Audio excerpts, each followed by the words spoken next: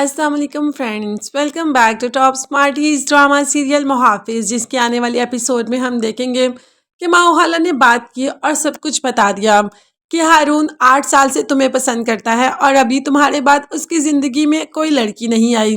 तुम्हारी जगह वो किसी को भी नहीं दे सकता और तुम्हारे बाबा ने भी इस रिश्ते के लिए हाँ कर दी। अब हारून तुमसे मिलने के लिए गाँव ही आना चाहता है। तो बस ये खबर जाकर सुना देती है जवार को पारस कि शायद जवार कुछ तो रिस्पॉन्स करेगा, मगर जवार ने कोई भी रिस्पॉन्स नहीं किया।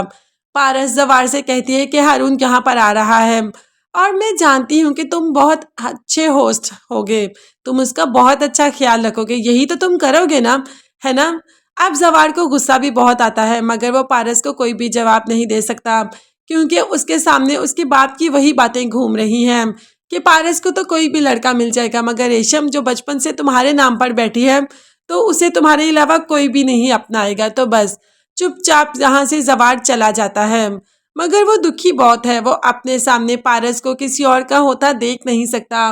मोहब्बत तो करता है पारस से, मगर अपनी मोहब्बत का इजहार भी नहीं कर सकता। तो बस जाते हुए जो आंसू निकले उनको भी आराम से साफ करता है और वहां से निकल जाता है।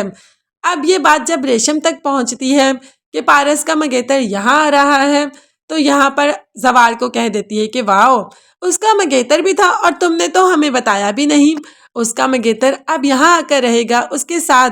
वाह जी, काफी मॉडर्न माहौल है भाई। वैसे रेशम भी तो हर वक्त जवार के पास ही आई रहती है। खैर, इसको तो हम छोड़ ही देते हैं रेशम की बात को, अभी तो हम पारस की बात करते हैं।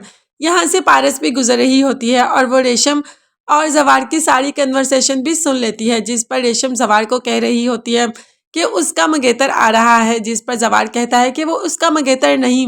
अच्छा अच्छा अच्छा, मैं अब समझी कि बाहर की दुनिया में मंगेतर तो होते ही नहीं, वहाँ पर तो बॉयफ्रेंड्स होते हैं।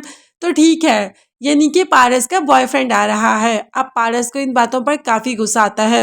उसे लगता है कि जवार कोई ना कोई जवाब तो देगा, मगर जवार ने जवाब दिया भी तो क्या दिया कि पारस, मेरी जिम्मेदारी और मेरी जॉब है, मुझे अपनी जिम्मेदारी और अपनी जॉब को बहुत बखूबी से निभाना है, तो तुम बेहतर है कि दोबारा ऐसी बात मत करना। अब ये बात सुनकर पारस को बहुत गुस्सा आ जाता है कि पारस जो कि जवार से मोहब्बत करती है, तो जवार इसकी जगह पर कोई और जवाब भी तो दे सकता था।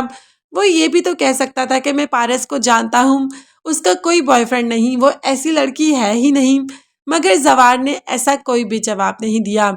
जवाब दिया जवार ने तो क्या दिया कि वो मेरी जिम्मेदारी है और वो मेरी जॉब है, तो मुझे अपनी जॉब को अच्छी तरीके से पूरा करना है और अपनी जिम्मेदारी निभानी है, क्योंकि बहजाद सर ने इसको मेरी जिम्मेदारी बनाया है। इन बातों का गुस्सा लेकर पारस यहाँ से चली जाती है। दिल तो उसका करता है कि जवार को सामने खड़ा करके अच्छी हंसी सुनाए, मगर फिर चुप कर जाती है और बस इंतजार करती है कि कब हारून आए। वैसे जवार से ज्यादा या पारस से ज्यादा हमें इस बात का इंतजार है कि हारून कब आएगा। मगर हारून होगा कौन? क्या किसी ने आइडिया लगाया कि हारून कौन होगा?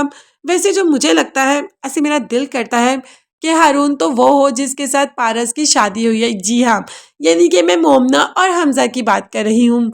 सॉरी, स्टोरी से थोड़ा सा हट रही हूँ, लेकिन वैसे ही बात कर रही हूँ कि मेरा दिल कर रहा है जो हारून बनकर आए वो हमजा हो।